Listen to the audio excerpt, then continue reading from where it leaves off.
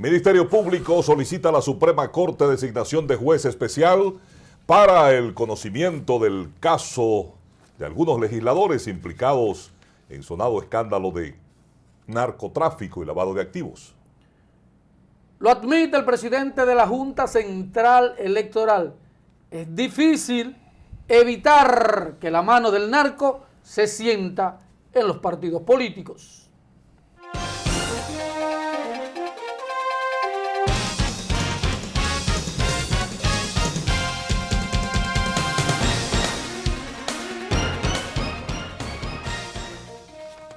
Hola, ¿qué tal? Buenas noches. Bienvenidos a En Primer Plano. Gracias por acompañarnos una vez más en este encuentro que ya es cotidiano entre ustedes y nosotros para analizar los principales hechos que son noticias y la importancia de los protagonistas detrás de los hechos. Señor de la Cruz. ¿Cómo se siente, hermano? Yo estoy bien y esperanzado. No. Eso está súper bien. Porque la esperanza hay que mantenerla a pesar de los tiempos. A mí me gusta la coincidencia, que más adelante vamos a comentar. Mire que está este caso, que la narcopolítica, que Falcón. Ajá. Y el jefe regional de la DEA. La DEA es la agencia antinarcótica de los Estados Unidos de Norteamérica. Sí. Lo que decide quién es malo y quién es bueno. Digo, déjame ir a visitar a mi amigo de la dirección de drogas. Sí, así, a veces un cafecito. Digo yo que fue una coincidencia. No, pero tamaña coincidencia porque anda como una gira, porque es un grupo que anda. De que te lo monté el pendejo. Bueno, ya vamos a analizar eso y le vamos a mostrar a ustedes esas imágenes. Y además, cuando un turpén de ese calaje, de ese tamaño, se exhibe y se muestra, se hace fotos, se hace video con el SAR antinarcótico de un país, lo que no se dice es más fuerte y más evidente que la notita que manda la comunicación de la DNCD. Es una nota de 3 párrafos de cortesía. Sí, una notita. Una bueno, míralo ahí. Vamos a entrar con eso ahí. Porque, sí, déjele. Míralo ahí, comenta. Mire esas imágenes. ¿Qué a usted le parece? ¿Usted cree que ahí que están hablando de pelota? De cuándo comienza los americanos les gusta mucho el béisbol. Y cuándo comienza el torneo aquí, sí, que si es presencial que Vladimir Junior, que Tatis. Bueno, pues mire, ese que usted está viendo ahí, John F. Kennedy, es el jefe para la región del Caribe de la Administración de Control de Drogas de Estados Unidos, mejor conocida por sus siglas en inglés como DEA. Ahí están otros agentes especiales que se reunieron, como le decíamos, con el presidente de la DNCD, el vicealmirante José Cabrera Ulloa. Dice la nota de prensa de la DNCD que la reunión forma parte del reforzamiento de las acciones conjuntas entre la DNCD y la DEA con el objetivo de perseguir y castigar el narcotráfico, el lavado de activos y otros delitos conexos. Regularmente siempre la cooperación entre la Dirección Nacional de Control de Drogas y la agencia, su contraparte dominicana y la DEA siempre han sido buenas. Pero, como bien decía Miguel, el hecho de que esa reunión pudo haberse dado en la Embajada Norteamericana, esa reunión pudo haberse dado en otro sitio privado, esa reunión pudo haberse dado en la propia Dirección Nacional de Control de Drogas de manera discreta, porque regularmente los agentes que están aquí en el país, que pertenecen a la DEA y la dirección, se reúnen con frecuencia para discutir sobre el plan y sobre acciones específicas. Pero esto, Miguel, tiene un mensaje. Primero, le dice a todo el mundo, al gobierno, a la oposición, a los partidos, somos nosotros que estamos aquí. Sí, somos nosotros. Y el jefe de nosotros, quien está en eso, y nosotros estamos afinando para verlo, para poner a los que faltan. ¿Tú entiendes? Sí. Porque hay una lista de extraditables que el gobierno de los Estados Unidos ha pedido en extradición. Y entonces, ¿qué es lo que está haciendo? Como hemos señalado, mostrándose, viniendo al país. Óigame solamente para que usted vea en ese grupito quiénes estaban. Además del jefe de la DEA para la región del Caribe. Ahí estaba el agente especial Kenny. Además, el agente especial Garza y los agregados de la DEA en el país, los agentes especiales Daniels y Reed. Ahí acompañaban, mírenlo ahí donde están, ese cuarteto. Exacto. Entonces, dejando un mensaje claro de que lo que viene es más duro que lo que ha pasado. El juego. O por lo menos para que nadie quiera meter la cuchara Y decir, politizar, mira, y politizar vamos a decir el la cosa, tema. politizar el tema, Sí. ¿verdad? Bueno. Yo le decía, y lo decíamos en estos días nosotros aquí en el programa, que ese tema no se debe politizar porque con ese tema nadie puede tirar la primera piedra. Nadie puede tirar la primera piedra y ni hablar en el Congreso Nacional. ¿Por qué? Porque en los partidos políticos, lo hemos dicho, se ha impuesto la ideología del billete. Un dirigente puede tener 1000 años trabajando con formación, con un ejercicio ético, y si entra alguien con mucho dinero, se lo lleva de plano. Ahí está el caso de Gutiérrez, el que traditaron, que para mí es el que está sonando los tambores ya.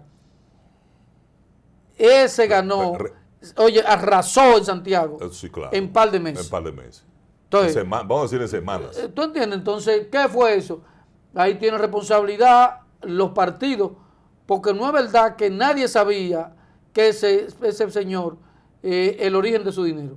Uno se hace el loco, el sueco, pero todo el mundo sabe el origen de los dineros. Pero usted pregunta, por ejemplo, para poner un caso y guardando la distancia, Corripio.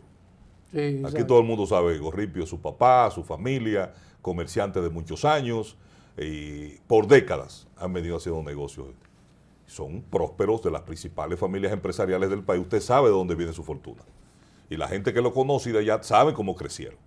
Y así usted busca de las familias empresariales que tenemos aquí, que han hecho su fortuna trabajando, ¿verdad? Y usted identifica el origen de su fortuna. Pero hay individuos que salen de la noche a la mañana, que aunque tienen negocios, usted sabe que surgieron como de repente. Sí, sí, y el desarrollo de su negocio da una plusvalía demasiado rápido, y mientras más pequeño es el pueblo, más fácil no lo sabe, como dice el refrán, pueblo pequeño, infierno grande. Así mismo Entonces, es. aquí todo el mundo sabe eso, los partidos han volteado su mirada hacia otro lado. Se han hecho los ¿Tú caprinos entiendes? desquiciados. Y- ¿Sabe, y ¿sabe tú- lo que es eso? Sí, sí, el chivito loco. Se han hecho los chivitos locos ante eso. Y te decía, por ejemplo, que eso no es de ahora. Usted se acuerda al segundo jefe de la Dirección Nacional de Control de Drogas en una época. Lo quitaron cuando Balaguer, porque dicen que le prestaron el vehículo de Balaguer a una persona vinculada a ese mundo. Y cuando Balaguer le preguntó, no, pero yo no sé, ¿cómo que usted no sabía? Porque el hombre se le acercó mucho. Sí. Y lo quitaron. Ahí fue que entró entonces Julio César Ventura Bayonet. Es decir, el primer presidente de la dirección, que no es director, como dicen, de la Dirección de Drogas, fue Guerrero Peralta. Guerrero Peralta. Que ese departamento inició como un departamento antinarcótico especializado, preparado por la Agencia Antinarcótica de Estados Unidos, por la DEA, y operaba detrás del Teatro Nacional. Y después decidieron hacer una agencia, e incluso Guerrero Peralta, cuando crean la Dirección Nacional de Control de Drogas, era coronel. Y ahí, tú sabes, los generales macaneaban, mire, coronel, suélteme porque a Miguel. El rango se impone. Y Balaguer le dijo a Balaguer, ese es el problema. Usted es general ya. Usted es general. Esa es la historia, es así. Sí. Y aquí todo el mundo sabe de dónde cogea cada quien. La señal que tenemos y los movimientos que ha habido en las últimas horas es que el caso se calienta. Está pasando, el horno del caso Falcón se está poniendo más caliente, y evidentemente esta presencia del jefe de la DEA para la región del Caribe es un claro mensaje que manda el gobierno de los Estados Unidos y la agencia, la DEA, a las autoridades y a los diferentes sectores en la República Dominicana de que esto es en serio. Mira qué coincidencia, Miguel, que en el día de ayer nosotros mostramos los diputados que se defendieron, que dijeron que estaban dispuestos, que aquí y allá.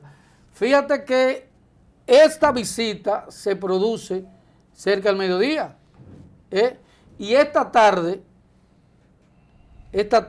ahorita, Hace pocas horas. Sí, el Ministerio Público llevó a la Suprema su solicitud de que se designe un juez especial para que conozca la acusación de los diputados, que ya no hay que me dijeron que estamos investigando, No. que para no. Lo que me mencionaron, que los medios de comunicación... Que me agarraron, que yo estaba cogiendo una bola. Que eso es un caso en los medios de comunicación. No, ya, bueno. Espérate, aquí hay una formalidad.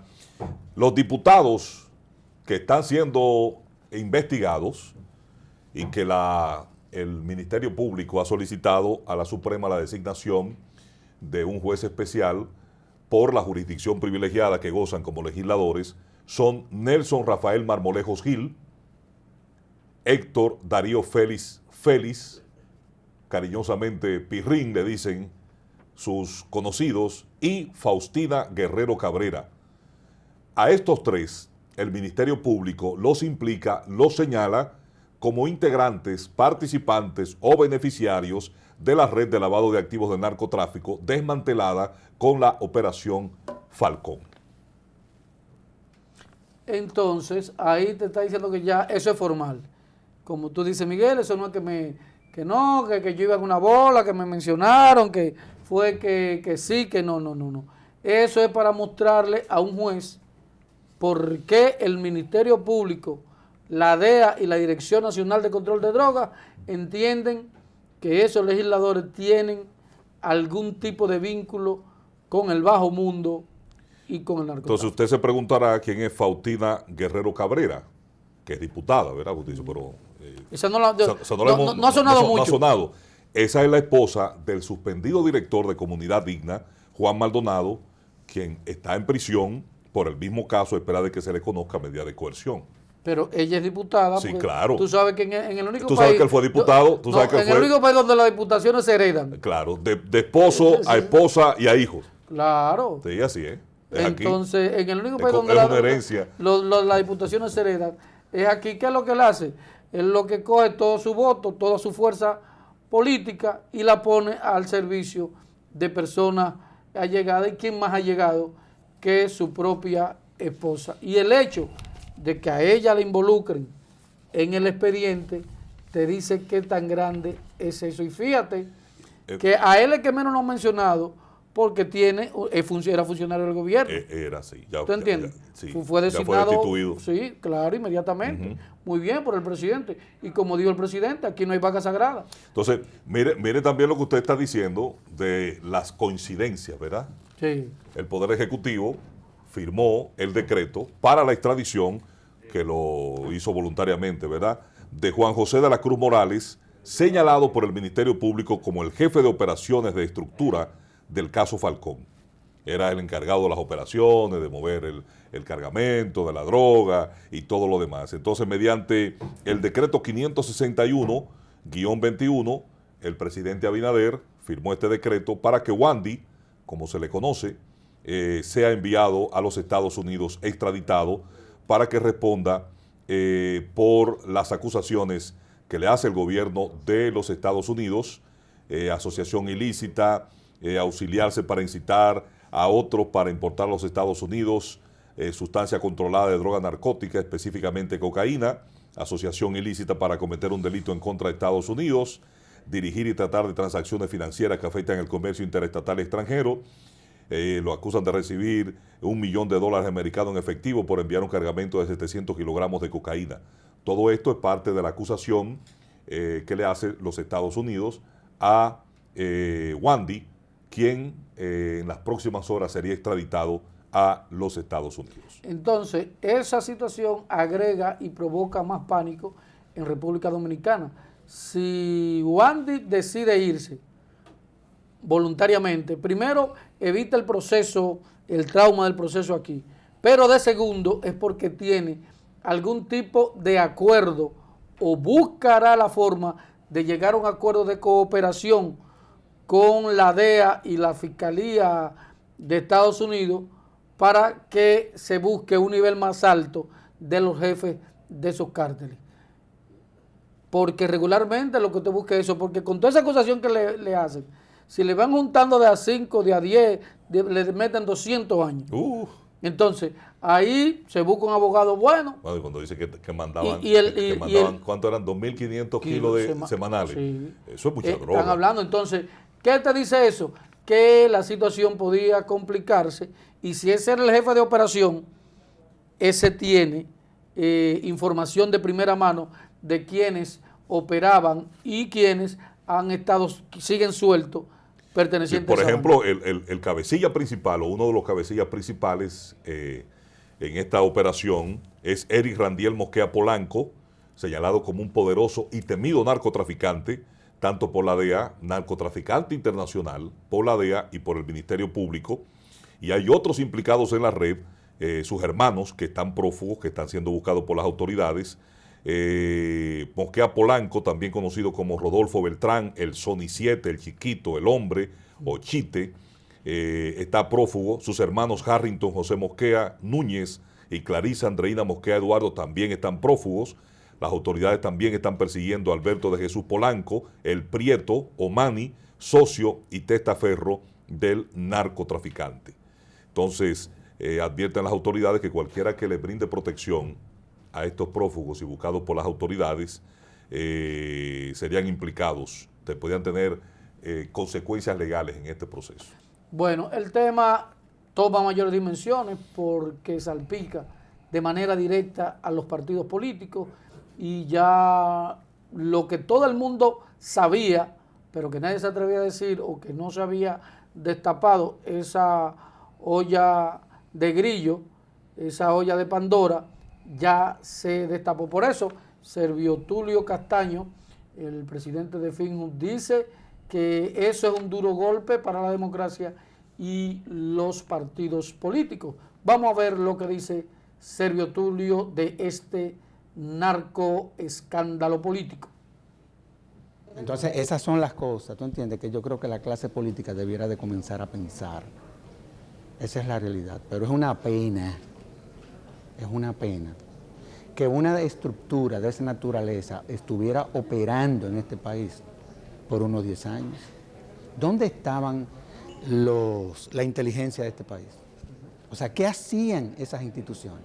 Yo creo que esas son las primeras que habría que cuestionar, porque a fin de cuentas, una de sus responsabilidades es que situaciones como esa no se den. O sea, el Ministerio Público debiera de nada de preguntar qué fue lo que pasó. Estaban las declaraciones de Servio Tulio, de Finjus. Es un caso complicado, porque no estamos hablando de un casito, de una denuncia alegre que implica a un regidor. No, estamos hablando de varios legisladores y que de alguna manera u otra salpica las estructuras partidarias, porque vamos a estar claros en eso. Porque aquí no podemos ahora, no, que es una responsabilidad individual y No, que no, cada... no, no. Pero, sí. Cada quien que responda por sus hechos, pero los partidos políticos no pueden venirse a lavarse las manos como Pilato en esto. Yo te digo, Vamos a estar los claros, responsables de que narcotraficantes o personas vinculadas al bajo mundo del narcotráfico lleguen al Congreso, en primera instancia son los partidos. Porque los partidos conocen su militancia y los partidos saben cuando inscriben un candidato. Ayer, algunos legisladores, hoy también, como forma de sacar un poquito el cuerpo, ¿verdad?, de la gravedad de la situación, decían que la responsabilidad de auditar a los candidatos y precandidatos de los partidos es de la Junta Central Electoral. Entonces, hoy yo veía al presidente de la Junta, el buen amigo Román Jaques Lidanzo, entrevistado en un programa hermano de la televisión, donde él señalaba la dificultad de auditar a los candidatos y a los precandidatos, primero porque son muchos y segundo porque la ley no establece ningún tipo de sanción para, pues, por ejemplo, candidatos que se pasen del tope asignado por la ley para gasto en la campaña. Uno de los temas. Y hay unos temas constitucionales, por eso te digo que el responsable son los partidos, que es lo primero que consagra la Constitución es mi derecho de elegir y ser elegido. Entonces, si tú dices que yo no puedo ser por tal o cual cosa y no me identifica, entonces, los partidos sí tienen facultad de decir, bueno, no, Miguel, no, ok, olvídese, usted no puede ir. Su candidatura es correcta. Sí, ya, decir que no te acepta, porque si no, entonces que los narcotraficantes hagan un partido, inscriban a todo lo que quieran. Por eso que yo digo que los responsables son la cúpula de los partidos políticos. Dice el presidente de la Junta que es casi imposible controlar la penetración del narco en las actividades de los partidos políticos. Esto es grave. Vamos a ver esta historia de Jonán González de EN Noticias sobre estas declaraciones del magistrado Jaques Liranzo. Ante las acusaciones del Ministerio Público de que el crimen organizado financió la candidatura de varios legisladores, el presidente de la Junta Central Electoral, Román Jaques Liranzo, aseguró que esa institución no tiene mecanismos para evitar que los candidatos reciban dinero del narcotráfico. Bueno, mire lo que ocurre. La ley actual establece topes, pero no se establece sanción por violación al tope. ¿Qué hacemos? Pero es que no hay obligación, no hay sanción. Mirando para la cámara. Jaques Liranzo precisó que los documentos que se le exigen a un ciudadano para ser inscrito como candidato a un puesto de elección popular no permiten advertir que este es o será financiado por el crimen organizado. En ese sentido, destaca la necesidad de reformar la ley de régimen electoral. Nosotros hemos hecho una propuesta que impacta 40 artículos para ser modificados en la ley de partidos, agrupaciones y movimientos políticos, reducción de topes, reducción de campañas, sanciones, fiscalización, nuevas infracciones como es la compra de la cédula. Legisladores coinciden con la necesidad de fortalecer la capacidad fiscalizadora del órgano electoral y proponen que en el Código Penal Dominicano se disponga que los partidos políticos sean sujetos pasivos de sanciones. Hay que darle herramientas para que la Junta Central Electoral pueda hacer cumplir esos topes y le impongan las sanciones que corresponden a los candidatos que los excedan. Pero no podemos poner a una institución como un partido político exento de toda responsabilidad penal porque recibe fondos no solamente privados, sino también del Estado dominicano.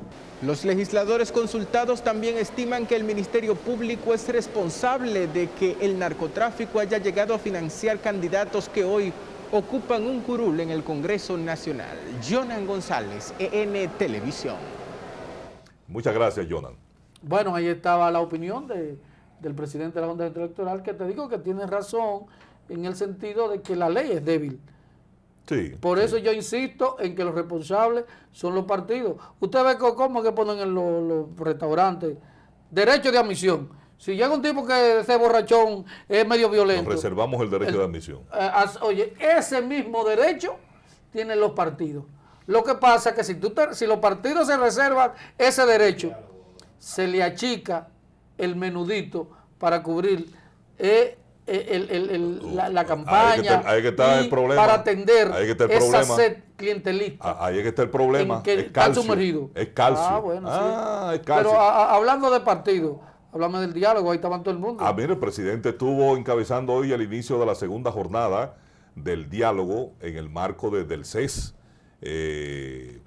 Y bueno, ahí planteó sus 13 propuestas de reformas, planteó y habló en detalles de lo que versaría la reforma a la Constitución, que ahí está el Consejo Nacional de la Magistratura, dejar fuera al Procurador General de la República, entre otras cosas que planteó el presidente allí para ser discutida. Yo no sé si como ahí estaba la cúpula de los partidos políticos, la representación de los partidos políticos, ¿verdad? Si este tema ahora que está en el tapete sobre la incidencia del narcotráfico en las campañas políticas, en los partidos políticos, sería tratado. Bueno, ¿Usted cree que yo no creo que sea un toquecito, no creo que eso estaba en pincelada? agenda. Ese no estaba en la agenda, pero difícil que se abordara. Y era un lugar apropiado porque ahí estaban los líderes de los partidos tradicionales y los líderes de los partidos que tienen representación en el propio Congreso. Vamos a ver una historia de lo que fue ese diálogo, esa segunda parte del diálogo, con la presencia del presidente de la República. En su propuesta, el gobierno insiste en la necesidad de una reforma constitucional para la recomposición del Consejo Nacional de la Magistratura, la reorganización del funcionamiento de las altas cortes, así como para garantizar la independencia del Ministerio Público y fortalecer los órganos de control interno y externo. Esta causa, la de un Ministerio Público verdaderamente independiente, que no dependa de la voluntad del presidente de turno, ha sido abrazada por una mayoría de la población dominicana. Desde luego, estas transformaciones no pueden materializarse en toda su dimensión sin una reforma constitucional. La reforma constitucional que propone el gobierno además versaría en torno a 7 aspectos fundamentales, incluyendo como nuevo requisito para la designación de los jueces de esas altas cortes que no hayan estado inscritos en partidos políticos ni hayan realizado actividades proselitistas de manera notoria durante los 5 años previos a su designación. También plantean la reestructuración en cuanto al sistema de administración Administración Pública y el Sistema Electoral, suprimiendo en este último la figura de los suplentes. En concreto, se buscaría someter a sus jueces a un régimen de ingreso, permanencia y alternancia más riguroso. En tal sentido, estos jueces serían designados por periodos únicos de 9 años y los plenos serían renovados gradualmente cada 3 años. Por su parte, la ostentación de la presidencia de cada una de estas altas cortes sería alternada cada 3 años a partir de los jueces designados anteriormente. Luis Abinader aseguró que el paquete de reformas procura también endurecer los controles, frenos y contrapesos a las actuaciones de los órganos del Estado. El gobierno adelantó que próximamente presentará propuestas de reformas a las leyes que regulan la Cámara de Cuentas, la Contraloría General de la República y el sistema de compras y contrataciones públicas. Todavía está pendiente definir la metodología en que se realizarán los trabajos de este diálogo y la próxima fecha de reunión fue pautada para el miércoles 6 de octubre a las 10 de la mañana aquí en la sede de la Cancillería. Desde el Ministerio de Relaciones Exteriores, Rosalba Escalante, EN Televisión. Gracias, Rosalba. Vamos ahora a la pausa. Cuando regresemos estaremos conversando con el presidente de Azona Ores aquí en Primer Plano. Ya volvemos.